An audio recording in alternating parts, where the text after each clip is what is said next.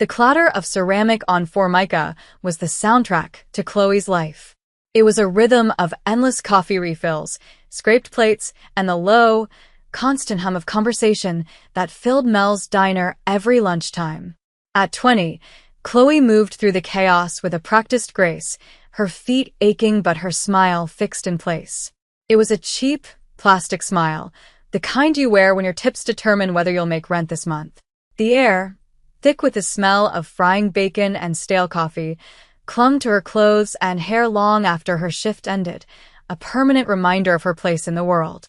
She navigated the narrow aisles between red vinyl booths, a full pot of coffee in one hand, her mind a million miles away.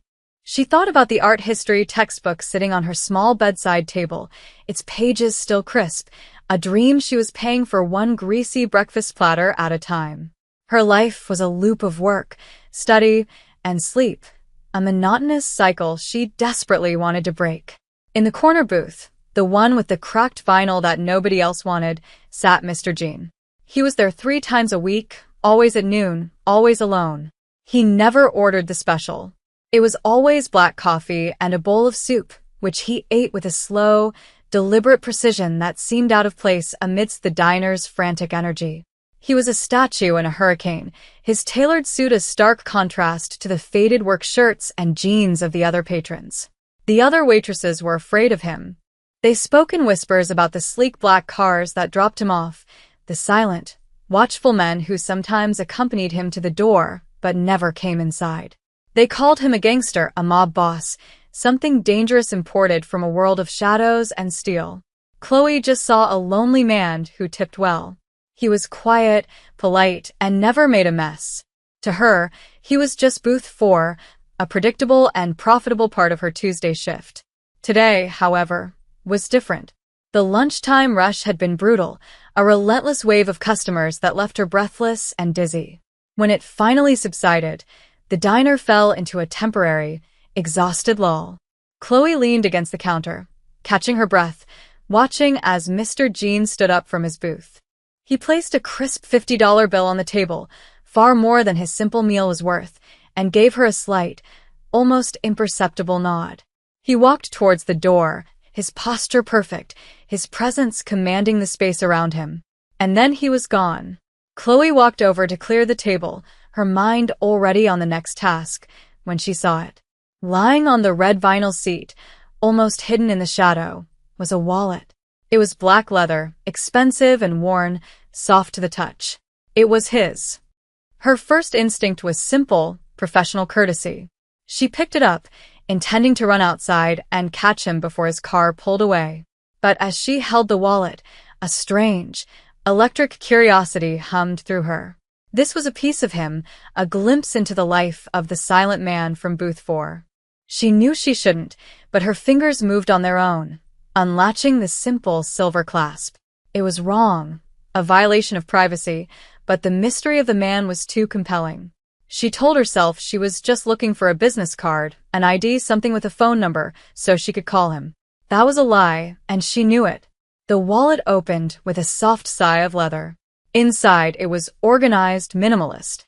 A few high-limit credit cards, a driver's license with a face that was as stoic in the photo as it was in person, and a thick fold of cash. There was nothing personal, nothing to betray the man behind the myth. She felt a pang of disappointment. He was exactly as he appeared, a closed book. She was about to snap it shut when a small, rectangular edge caught her eye, tucked away in a hidden flap behind the credit card slots. It was old, the corners softened with time. Her fingers, now trembling slightly, worked it free. It was a photograph, black and white, its surface creased and faded. The world around her seemed to dissolve. The clatter of the diner, the smell of the grease, the ache in her feet, it all vanished. There, in her hand, was an image of a young woman, maybe no older than Chloe was now, laughing into the camera. Her hair was a cascade of beautiful, tight curls, her eyes sparkling with a light that Chloe had only ever seen in pictures. Her smile was wide and genuine, a beacon of pure, unadulterated joy. Chloe's breath hitched in her throat, a painful, sharp gasp. She knew that smile. She knew those eyes. She had spent her entire life looking at them in the single-framed picture she kept on her nightstand. It was her mother. It was Sarah, 20 years old, vibrant, and alive in a way Chloe had never known her. But how? Why? Why was a photo of her long-dead mother, a woman who had spent her life cleaning houses and worrying about bills, hidden away in the wallet of a Korean mafia boss? The question was a physical blow, knocking the air from her lungs and leaving her dizzy with confusion and a terrifying, burgeoning hope. This single, faded photograph had just shattered the foundations of her entire world. Her mind reeled, a frantic scramble of disbelief and desperate rationalization. It had to be a mistake, a coincidence. There must be thousands of women who looked like that, who had that same radiant smile. But the longer she stared, the more the small, specific details confirmed the impossible truth. A tiny mole just above her lip, the unique curve of her eyebrow, the way she held her head, tilted slightly to the side as if sharing a secret with the photographer. It was her. It was Sarah. Her co-worker, Brenda, a woman whose life was a tapestry of diner gossip, sidled up to her. "Find something good in there?" she asked with a wink, gesturing towards the wallet. Chloe flinched, snapping the wallet shut as if she'd been burned. She tucked the photo into her apron pocket, the crinkled paper a secret fire against her skin. "He just left it," Chloe mumbled, her voice sounding distant and strange to her own ears. "I was looking for an ID," Brenda shrugged, her attention already drifting to a customer waving an empty coffee cup. "Well, hurry up and find him. A guy like that, you don't want to be holding onto his stuff for long." Brenda's casual warning sent a shiver of real fear through Chloe. What was she doing? This man was dangerous. The stories, the whispers, they weren't just diner chatter. They were real warnings. And she was standing here, holding not only his wallet but a piece of a secret that connected him to the most important person in her life. She should put the photo back, return the wallet, and forget she ever saw it. That was the smart thing to do. The safe thing. Go back to her life of blissful, ignorant normalcy. But she couldn't. That photograph was a key, and it had just been slipped under the door of a room she never even knew existed. A room that held the truth about her mother. The bell above the diner door chimed, and Chloe's heart leaped into her throat. Mr. Jeans stood there, his eyes scanning the room. He wasn't looking at the tables or the counter. He was looking directly at her. His gaze was intense, unblinking, and for the first time, she felt the full weight of the power he held. He hadn't come back for his wallet. He had come back for her. He walked towards her, his steps silent and measured. The remaining customers seemed to shrink in their seats, their conversations dying down. The air grew thick and heavy. Chloe's hand instinctively went to her apron pocket, her fingers closing around the fragile photograph. This was it. There was no backing out now. He stopped in front of her, so close she could see the fine silver threads in his otherwise immaculate black hair. He didn't look at the wallet in her hand. He looked at her face, his expression an unreadable mask of calm. "You have something of mine," he said. His voice was quiet, a low rumble that cut through the silence of the diner. It wasn't a question. Chloe's hand trembled as she held out the leather wallet. "You left this on the seat." He took it from her, his fingers brushing against hers. A jolt, like static electricity, passed between them. But his eyes didn't leave her face. It was as if he were searching for something, peeling back the layers of the tired waitress to see what lay beneath. The courage that propelled her to this moment felt like it was dissolving into pure, paralyzing fear. But then she felt the sharp corner of the photograph pressing into her palm through the thin fabric of her apron. It was an anchor, a reminder of what was at stake. The memory of her mother, not the tired, sad woman from her childhood, but the laughing girl in the picture, gave her strength. She pulled the photo from her pocket. The black and white image seemed to absorb all the light in the room. She held it up between them, her hand shaking so badly she was afraid she would drop it. "This was inside," she said, her voice barely a whisper, yet it seemed to echo in the cavernous silence. "I want to know where you got it." Mr. Jin's composure finally broke. It wasn't a dramatic shift, but a subtle, almost imperceptible change. A flicker in his dark eyes. A tightening of the muscles in his jaw. He looked from Chloe's face to the photograph, and for a fleeting second, she saw a ghost of an emotion she couldn't name. It looked like pain. It looked like loss. He stared at the picture of the smiling young woman for a long, silent moment. The diner held its breath. Brenda was frozen behind the counter, the coffee pot still in her hand. The cook peeked out from the kitchen window. Mr. Jean gently took the photograph from her fingers. He handled it with a reverence that stunned her, as if it were a sacred artifact. He traced the edge of the image with his thumb, his gaze lost in the past. Finally, he looked back at her. "This is not a conversation for this place," he said, his voice low and firm. He slipped the photo carefully back into his wallet. "My driver will be outside in 5 minutes. He will give you an address. Be there at 8 o'clock tonight. Come alone." He turned and walked away without another word, leaving Chloe standing in the middle of the diner, her heart pounding a frantic, terrifying rhythm against her ribs. The rest of her shift was a waking dream, a surreal fog of motion and sound that she moved through without truly participating in. She refilled coffees, took orders, and cleared plates, but her mind was elsewhere, trapped in the infinite space between a question and its answer. The diner, once the solid, predictable center of her world, now felt like a flimsy stage set, and she was an actress who had forgotten all her lines. Every time the bell on the door chimed, her body tensed, half expecting to see Mr. Jean return, half afraid that he would. Brenda tried to ask what had happened, her eyes wide with a mixture of fear and insatiable curiosity, but Chloe couldn't form the words. How could she explain that the quiet man from booth 4 might hold the key to her entire existence? How could she say that her mother, Sarah, a woman whose memory was a soft, faded quilt of loving but weary moments, might have lived a whole other life she knew nothing about? The questions churned within her, a relentless tide. Who was her mother, really?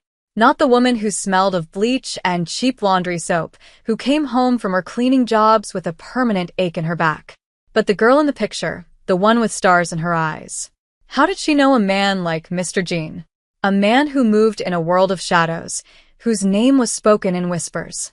And why did he carry her picture, tucked away like a secret prayer, for all these years? Her mother had died when Chloe was 12, a sudden sickness that had stolen her away before Chloe had the chance to ask the real, grown-up questions.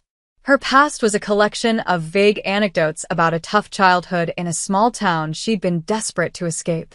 There was never any mention of a man like Mr. Jean. There was no mention of danger, or wealth, or a life of such high contrast. As she wiped down the sticky Formica tables, her reflection stared back at her from the chrome napkin dispensers, a tired girl in a faded uniform, with her mother's eyes. It was a connection she had always cherished, but now it felt like a clue. Had her mother seen her own reflection in a place like this and dreamed of something more? Or had she fled from something more to find safety in a place like this?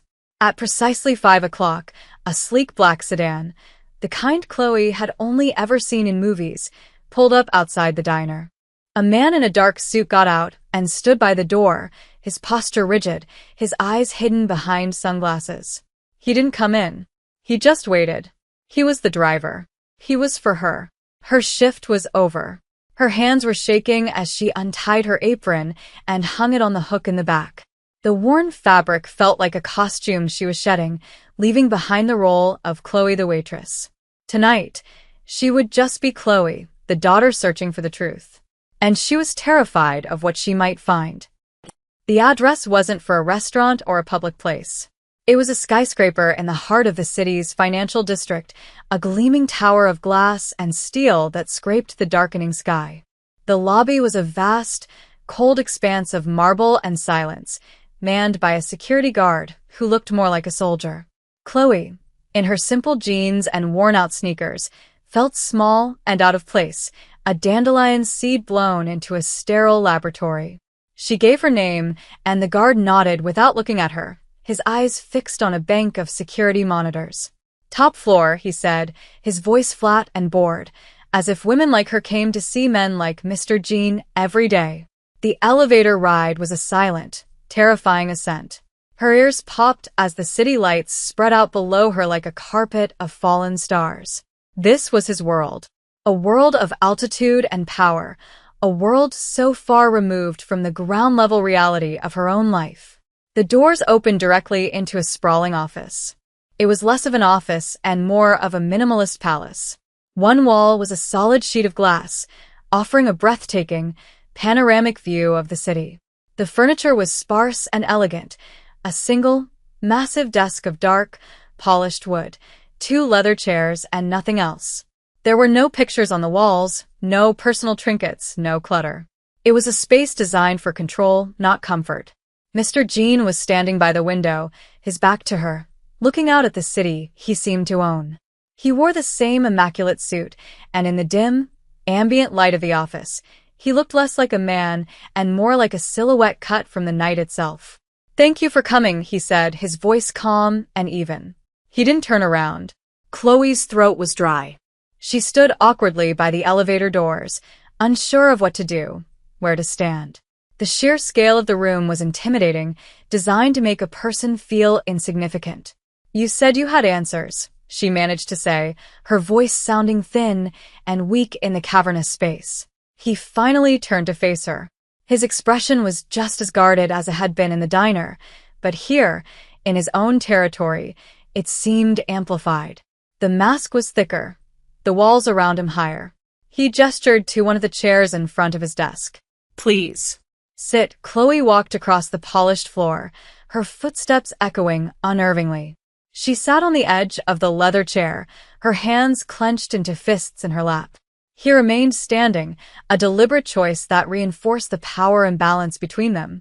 He walked over to his desk, picked up the wallet, and took out the photograph. He laid it gently on the polished wood, pushing it across the vast surface towards her. The image of her smiling mother seemed impossibly small and fragile in the center of that enormous desk. It was an island of warmth in an ocean of cold, corporate power. He walked back to the window, putting the desk and the photograph between them. It felt like a barrier, or perhaps a bridge. He stared out at the city lights for a long moment, gathering his thoughts, before he finally began to speak. His voice was different now, stripped of the commanding tone he used in public. It was softer, laced with a melancholy that seemed to seep into the room. "Her name was Sarah," he began, and the way he said it, with such gentle reverence, sent a tremor through Chloe.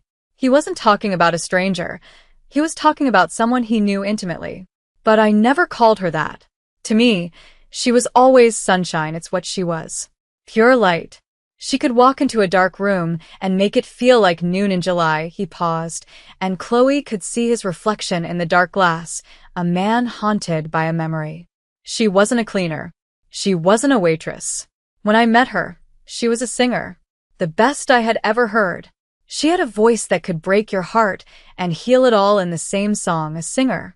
The word hung in the air, completely alien to Chloe's understanding of her mother. Sarah had hummed sometimes, quiet, tuneless melodies while she washed dishes, but Chloe had never heard her truly sing. The idea of her mother on a stage, under lights, pouring her soul out to a crowd of strangers, was impossible to imagine. She performed in a small, smoky jazz club downtown, Mr. Jean continued, his gaze still fixed on the past. "It was a place I frequented for business. A neutral ground. I went there to forget the world I lived in, and she was the reason I could. For 1 hour, when she sang, none of it mattered. The danger, the violence, the betrayals, it all just melted away." He turned from the window and looked directly at Chloe, his eyes boring into her. "I was a different man then. Younger. More reckless. I saw her, and I knew I had to have her in my life. I pursued her for months. She was cautious. She knew who I was, what I was. She knew the darkness that followed me. She was smart enough to be scared." He walked over to the desk but didn't sit. He leaned against it, crossing his arms, his posture creating a wall between them. "But there was a connection between us. Something undeniable. We were opposites who fit together perfectly. She was the light to my shadow. We fell in love. Deeply. It was the kind of love that feels like it could change the world, but it was also the kind of love that could get you killed. The words hit Chloe like a physical force. In love. Her mother and this man. This dangerous, powerful, cold man. It didn't make sense. And yet, as she looked at him, she saw the cracks in his armor, the deep, ancient pain in his eyes, and she knew, with a certainty that chilled her to the bone, that he was telling the truth. Her life with me was complicated, Mr. Jean said, his voice dropping even lower, weighted with a shame that had clearly followed him for decades. I gave her everything she could ever want. A beautiful apartment, clothes, security. I thought that was enough. I thought I could build a golden cage and keep her safe within it. I was a fool. He pushed himself off the desk and began to pace slowly in front of the window, a caged tiger in his own sky-high sanctuary. My world is not a kind one. It is built on loyalty and betrayal, honor and violence. There are rules and there are consequences. By being with me, Sarah became a part of that world, whether she wanted to or not. She became a target, a vulnerability my enemies could exploit. He stopped pacing and faced her again. There was a war brewing with a rival family. Things were becoming unstable, dangerous. I received threats. Not against me, against her. They sent me pictures of her walking down the street, leaving the club. They wanted me to know they could reach her anytime they wanted. They were going to use her to break me. Chloe felt a cold dread creep up her spine. She pictured her mother, young and vibrant, being watched, being hunted. The smiling girl in the photograph was suddenly cast in a dark, terrifying new light. I tried to protect her, Mr. Jean said, his voice raw with the agony of his failure. I put guards on her, moved her to a safer location. But it was no life for her. She was a bird, and I had locked her away. The light in her eyes began to fade. The music stopped. She wasn't sunshine anymore. She was just a prisoner of my love. He looked down at his hands as if he could still see the blood on them. Then she told me she was pregnant. With you. The two words landed in the silent room with the force of a bomb. With you. Chloe's entire body went rigid. Her breath caught in her chest. All this time, she had carried a simple, uncomplicated story of her origins. A brief, forgettable relationship her mother had after leaving her small town, a man who didn't stick around. A story that was sad but simple. It was a lie. Her existence wasn't the product of a simple mistake. It was born in the heart of a secret war, a consequence of a love story between a jazz singer and a mob boss. That was when she made her choice, Mr. Jean said, his voice thick with emotion. She knew that as long as she was tied to me, you would never be safe. You would be born with a target on your back. You would be my daughter, and my enemies would see you as nothing more than leverage. A weapon to be used against me. He finally looked up, and for the first time, Chloe saw tears glistening in the powerful man's eyes. She left. One night, she just disappeared. She took nothing but the clothes she was wearing. She left me a note. It said that she was giving you the one thing I never could, a normal life, a chance to be free. She begged me not to look for her. She said if I truly loved her, I would let her go. And I did. It was the hardest thing I have ever done. The tears that had been welling in Chloe's eyes finally spilled over, tracing hot tracks down her cold cheeks. The story settled over her, a heavy blanket of truth that was both suffocating and strangely comforting. Her entire life, her mother's perpetual sadness had been a mystery, a quiet, sorrowful presence in their small apartment. Chloe had always assumed it was just the exhaustion of a hard life, the weight of poverty and single motherhood. But it wasn't. It was grief. It was the profound, unending heartbreak of a woman who had sacrificed the great love of her life to save her child. She had given up the music, the passion, the man she loved, and willingly stepped into a world of gray anonymity, all for Chloe. The tired woman who came home smelling of bleach wasn't a victim of circumstance. She was a warrior in disguise. Her exhaustion wasn't from mopping floors. It was from the 20-year battle of holding back a secret that could have destroyed them both. Chloe looked at Mr. Jean, and the fear she had felt was gone, replaced by a complex storm of emotions. She saw him not as a monster or a mafia boss, but as a man trapped in his own cage, a man who had been grieving the same loss for 2 decades. They were two strangers, from two completely different worlds, bound together by the love and sacrifice of the same woman. "I never stopped watching over you," Mr. Jean confessed, his voice cracking. "From a distance. I made sure you were safe, that you had what you needed, in ways you would never notice. An anonymous scholarship for your school, a landlord who suddenly lowered your rent, a hospital bill that was taken care of by a clerical error. It was all I could do. It was the only way I could keep my promise to her." The pieces of her life clicked into place, small moments of unexpected luck that had never made sense now revealing themselves as the secret interventions of a ghost. A ghost who was her father. The word was a foreign concept, a role in her life that had always been a blank space. Now, that space was filled by the imposing, heartbroken man standing before her. She understood now why he came to the diner. It wasn't for the soup. It was for her. It was his way of being close to the only piece of Sarah he had left in the world.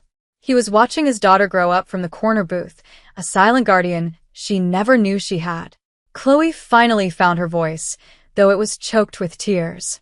"She never told me," she whispered.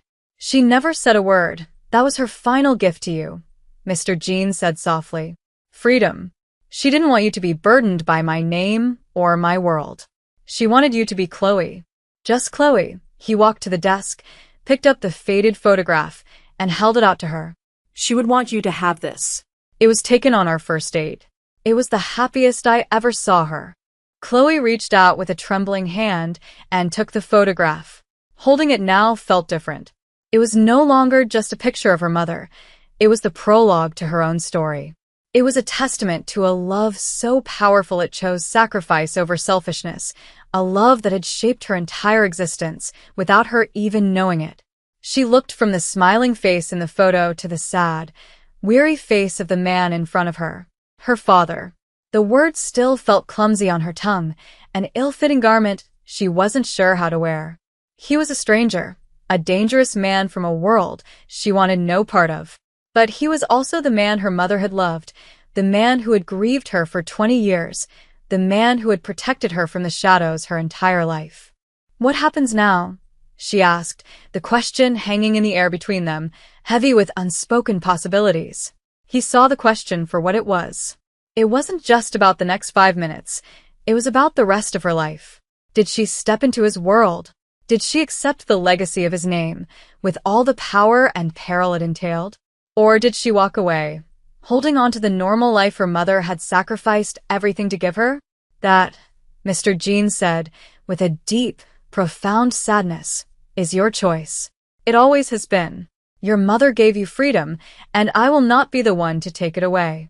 You can walk out that door and never see me again. I will continue to watch over you from a distance, as I always have. Or you can choose to know me." To know your father, he offered her a future, but it was a double-edged sword. A life of wealth and connection, but one forever tied to the violence and darkness of his profession. He was offering her the golden cage he had once built for her mother. Chloe stood up, clutching the photograph to her chest. The answer felt both impossibly difficult and incredibly simple. She looked around the cold, sterile office, at the view of a city that looked beautiful but untouchable. This wasn't her world. It wasn't a world her mother would have wanted for her. Sarah hadn't run from this life just so her daughter could run back into it.